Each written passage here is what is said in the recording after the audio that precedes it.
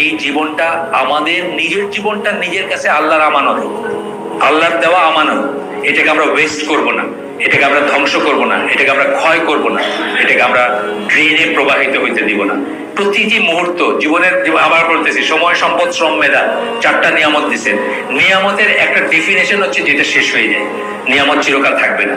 আপনার সময় থাকবে না, আপনার লাইফ, আপনার সম্পদ থাকবে না, আপনার যা আছে আজকে কালকে নাও থাকতে পারে, আপনার শ্রম থাকবে না, এই শক্তি থাকবে না, মেধাও থাকবে না আপনার। সুতরাং এই সমস্ত কিছুকে, আল্লাহকে যদি আপনি ওইভাবে বিশ্বাস করেন যেমন বিশ্বাস করা উচিত, আল্লাহকে যদি এমনভাবে ভয় করেন যেমন ভয় করা উচিত, তাহলে আপনি তার মতে, তার কথা মতো, তার নির্দেশনা অনুযায়ী সেই পথে আপনি প্রবাহিত করবেন। আপনি এটাকে নষ্ট করবেন না। সুবহানাকাল্লাহুম্মা ওয়া বিহামদিকা আশহাদু আল্লা ইলাহা ইল্লা আনতা। এই জীবনটা আমাদের নিজের জীবনটা নিজের কাছে আল্লাহর আমানত, আল্লাহর দেওয়া আমানত।